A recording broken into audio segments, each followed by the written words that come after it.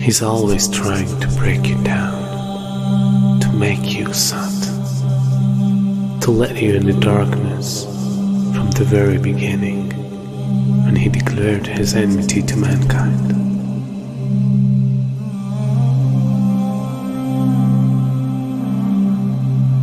And throughout the history, he caused evil and destruction between every nation.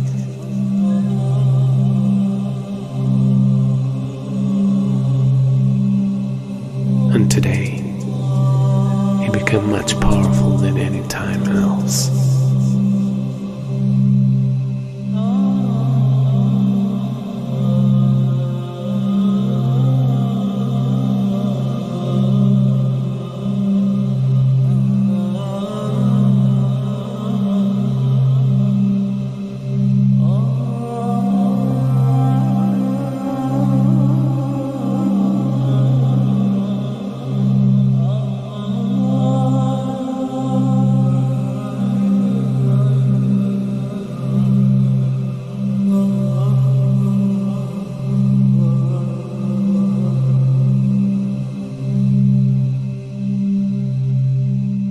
A new world order, a world where the rule of law, not the law of the jungle, governs the conduct of nations.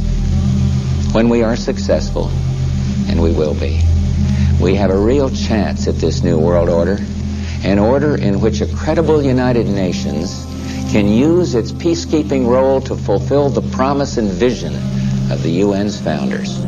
We begin to see the climax of a major change in society, the climax of a new world order.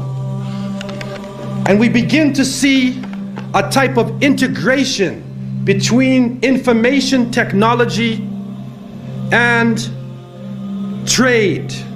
We begin to see the economy, politics, culture, and ideology being transported simultaneously from nation to nation.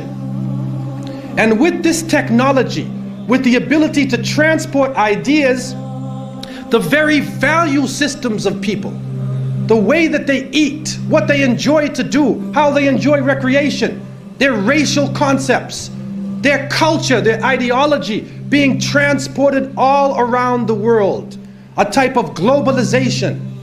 And with this boom in the information technology, and with this major event that takes place, now it comes to a culmination and it starts to reach a high point. And so the innocent people, we look at this and we say, what is going on? What is happening to the world that had so many different varying views, different nations, different ways of approaching things that can complement each other?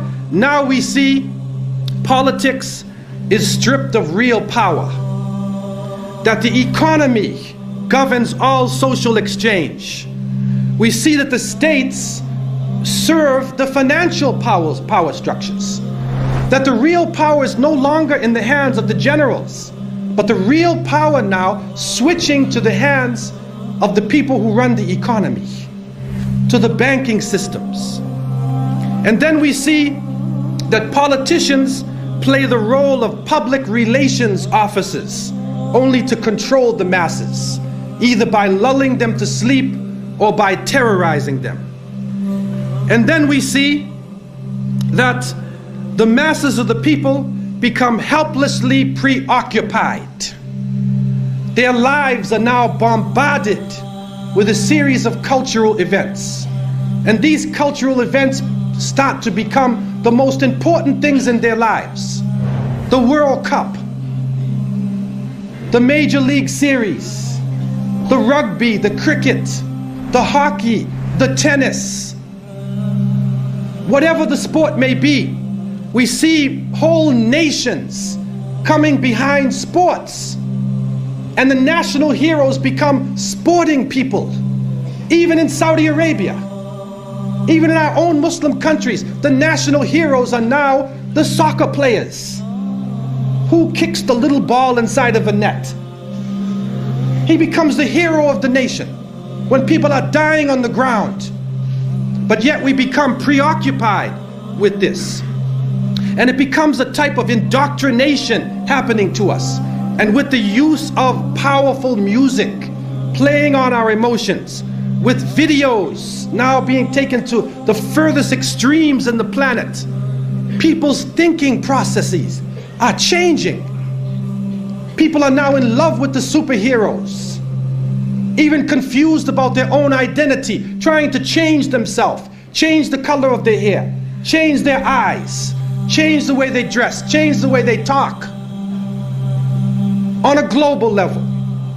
And then we see drug addiction reaching a point that humanity has never seen before.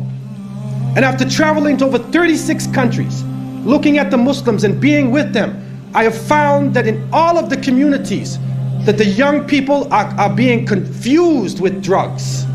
It is pouring into our countries. No matter what form it takes, cocaine, LSD, psychedelic, depressants, put you up, put you down, confuse you, but create a false world and give you a false dependence so that you become dependent on the chemical. You forget about Allah. Your God becomes the pusher. Your God becomes the chemical.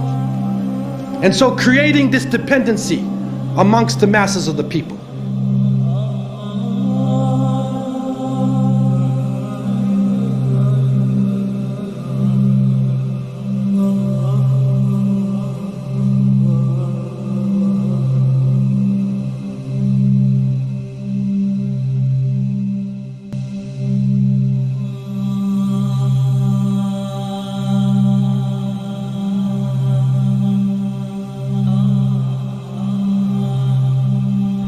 This is a dollar bill, which is the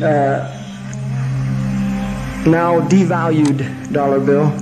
And on the back of the dollar bill, there's a seal on this side. It's called the Great Seal of the United States. That's what it's called. It's their seal. Now behind the seal, this is actually what is behind the Great Seal of the United States, is a pyramid with one eye. Now the one eye is the sun god Re, which is where we get the word ray, sun rays. It is the sun god, same Mithraic character, and he shows up again and again. This is the Masonic god of the ray. 13 5-pointed stars, and when you draw lines between them, you'll draw a 6-pointed star. If the hexagonal star is lifted out and placed over the image of the pyramid, its points indicate specific letters in the Latin inscription surrounding it, which are thought to be an anagram. Inside the American Dictionary is the word anagram, which is the intentional scrambling of the letters of a word to conceal the real word. So if you re-scramble, you get Masons. This is how we know that the Masons originated the drawings for the Great Seal of the United States. This search for concealed meanings in the iconography is not confined to the imagery alone. It is claimed that the number 13, the most ominous number in Western tradition, is hidden throughout the symbols on the $1 bill. They point out the repetition of the symbolic number 13. There are 13 leaves on the olive branch in the eagle's right claw, 13 arrows in the left claw, 13 stars above the eagle's head, and 13 bars and stripes on the shield. Count the feathers. You'll notice that there are 32 feathers on the bird's left wing and 33 on his right wing. This is understood to refer to the 33 degrees of masonry introduced by the Supreme Council of the Scottish Rite, America's most prominent Masonic order, whose national HQ is in Washington. If you look, you'll see the pyramid is built except for the top. It's built except for the top. The eye is suspended above the top. It hasn't come down yet. Because they believe until they've finished the Masonic project, which is the what they say on the bottom, Novus Ordo Seclorum, and then Annuetta Chapters, he is pleased with our project. In other words, the God they believe in is pleased with our project. What is the project? This is the question. What is the project that this God is pleased with? The project is literally the secularization of the world. To completely strip the world from religious beliefs. This is the project, and that is why it is called Novus Ordo Seclorum, a new secular or worldly order.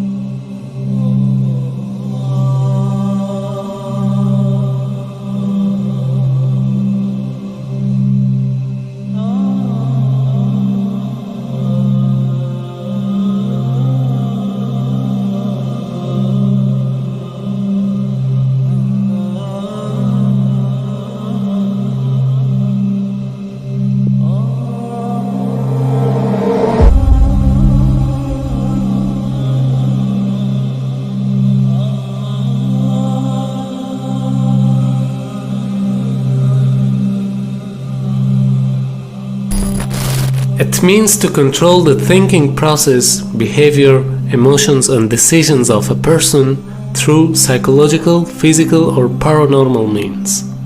It also means to reduce one's ability to think critically and independently, in order to allow the introduction of new unwanted thoughts and ideas into his mind, and to change his attitudes, values and beliefs. And so today, these hybrid bloodlines are known as the Illuminati, the illuminated ones, and they're the ones that control the transnational corporations, governments, the banking system, the whole shebang that dictates and controls the direction of society. More of that later. And the idea, of course, because compared with the global population, there's very few of these people. The idea is to enslave the rest of humanity in that vibrational prison I've been talking about, so the few can control the vast majority. We were being prepared for something. Our minds were being prepared for something. This does not happen by chance. And we, the innocent people, trying to look at the world and trying to understand what is going on, we see everything is moving toward one world state.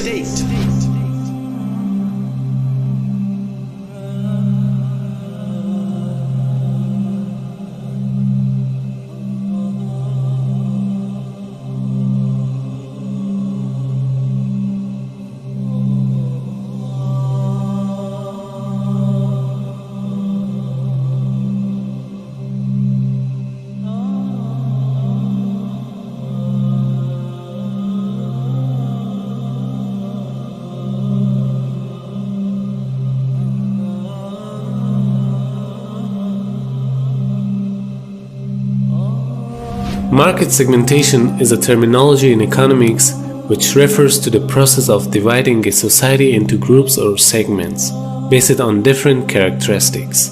The segments created are composed of customers who will respond similarly to the marketing strategies and who share traits such as similar interests, needs and locations. Now, exactly same is the case with our society today. The elite masses are segmenting the society and providing specific programs for each and every segment of the society.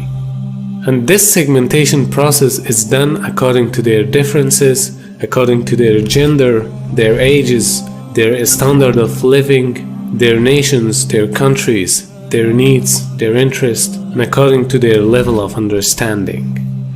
So they have segmented the society and are controlling the people, and the weapon they are using is in your own houses, even in your own pockets.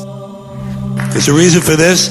There's a reason education sucks, and it's the same reason that it will never, ever, ever be fixed. It's never going to get any better. Don't look for it. Be happy with what you got. Because the owners of this country don't want that. I'm talking about the real owners now. The big, the wealthy, the real owners, the big wealthy business interests that control things and make all the important decisions. Forget the politicians. They're irrelevant. The politicians are put there to give you the idea that you have freedom of choice. You don't. You have no choice. You have owners. They own you. They own everything. They own all the important land. They own and control the corporations. They've long since bought and paid for the Senate, the Congress, the state houses, the city halls. They got the judges in their back pockets, and they own all the big all the big media companies, so they control just about all of the news and information you get to hear. They spend billions of dollars every year lobbying to get what they want. You can't handle the truth. Son, we live in a world that has walls, and those walls have to be guarded by men with guns. We see people talking about the Freemason order, the Illuminati, the international bankers, the Zionists, alien consciousness.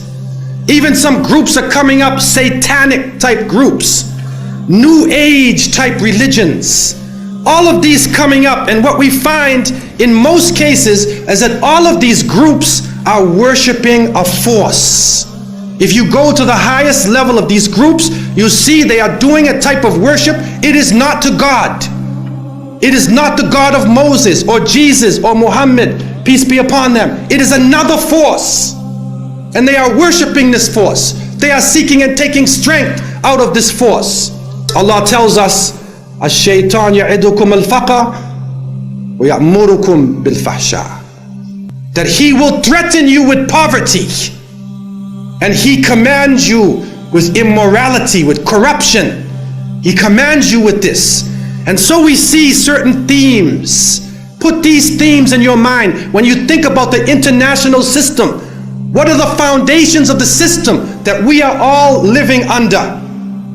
The fear of poverty, evil, corruption. Look at the categories that are in front of us.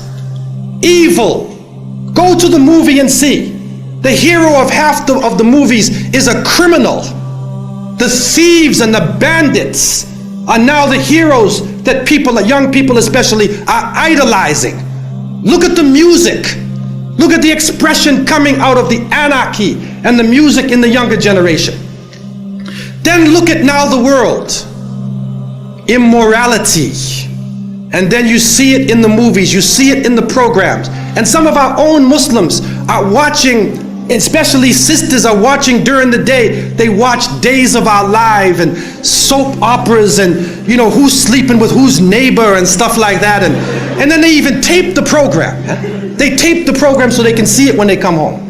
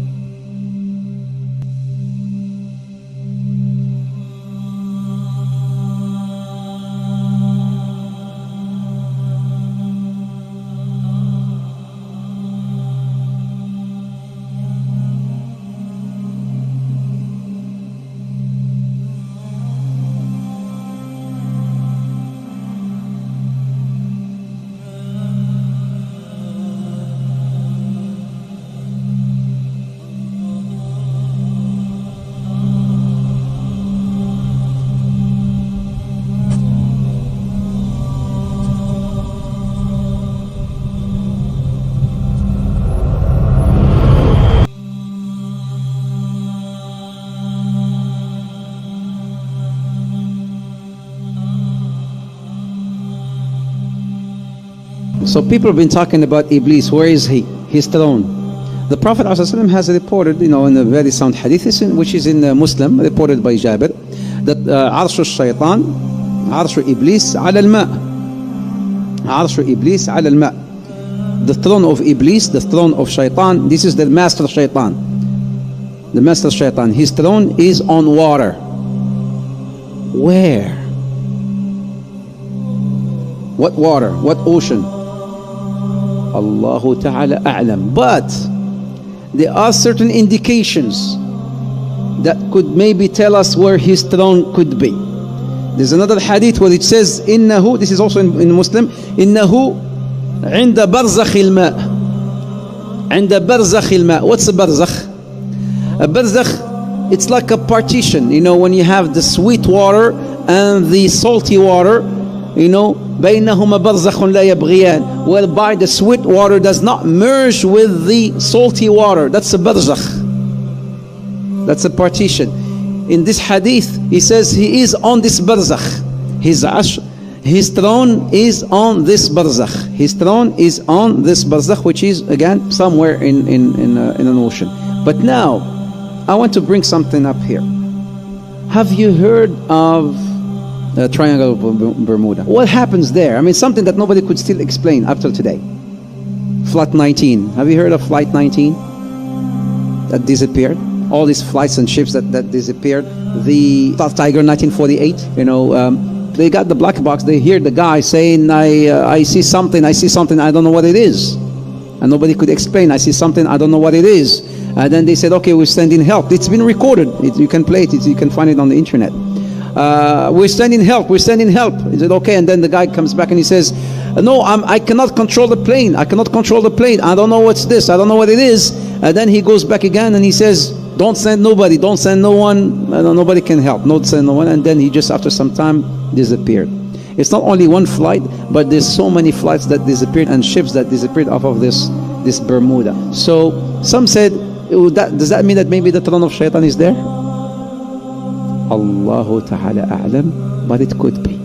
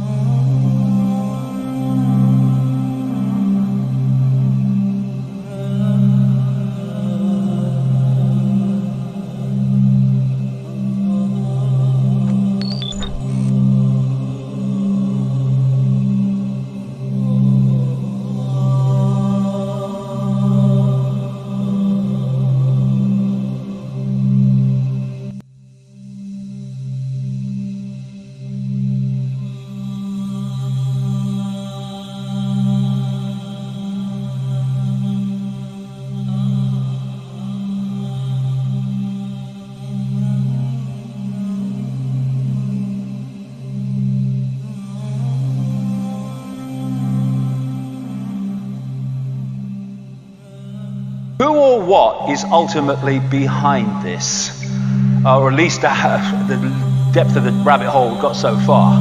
Well, they ain't, for a start. Because they're just here today, gone tomorrow, people who are just puppets of a system that's here yesterday, today, tomorrow, and the next day. It's not him. I don't care if he's supposed to be the most powerful man in the world. He ain't. He's another bloody glove puppet. And anyone in that job, the same applies to. It's not him either. Here today, gone tomorrow, presidents and leaders who are replaced by other leaders. But the system, the direction goes on because there's something behind that that's pushing that direction on. And nor even is it the corporations. They're still at the level of playing out the control. It's not actually at the point of creating it. It's not the origin. It's not people sitting around tables. They're still at the point of playing it out. You can go into the shadows and you can get closer to where it's coming from, but you're still at the play out level. You go even deeper into the rabbit hole, really deep into the web. And that's where you find people like the Rothschilds and such like. You don't see us, but we control your life. But there's levels beyond that, where it's coming from. But where is it?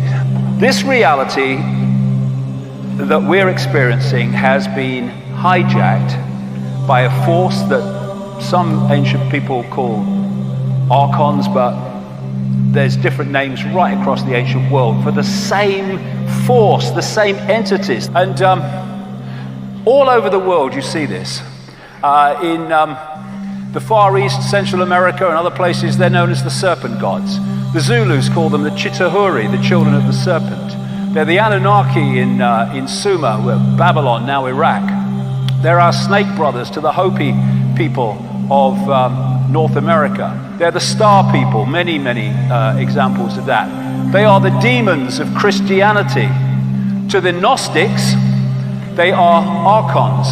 And to the Islamic and pre-Islamic world, they're called the jinn. And in their prime form, they are energetic in nature. The classic Satan is called the deceiver and the demon of demons, as this demiurge is called the archon of archons.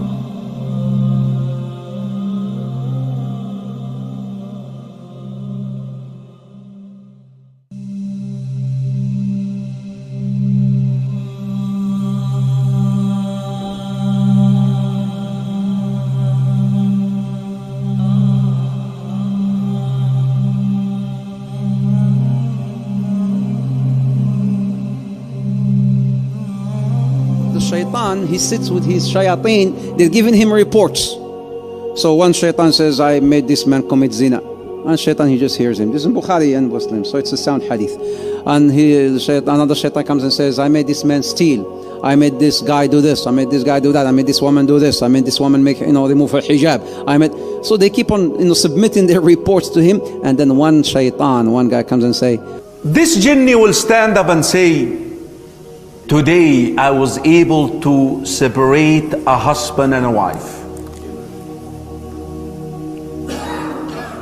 You know what shaitan will say? Ni'ma ant. You are my man. Come out.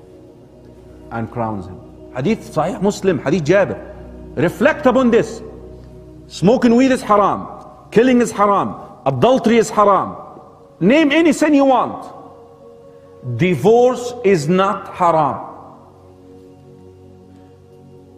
Divorce is not haram. Why is he so excited? He's so happy about divorce. Why? Your enemy always likes to do what? Divide and conquer. Now he is able to divide the first unit in the community. Because look at your community. The community is made of what? Units. Imagine a wall, bricks. The family is the first brick in the community. The first unit. Becomes then easy to divide the community, divide a congregation. He has long-term plans.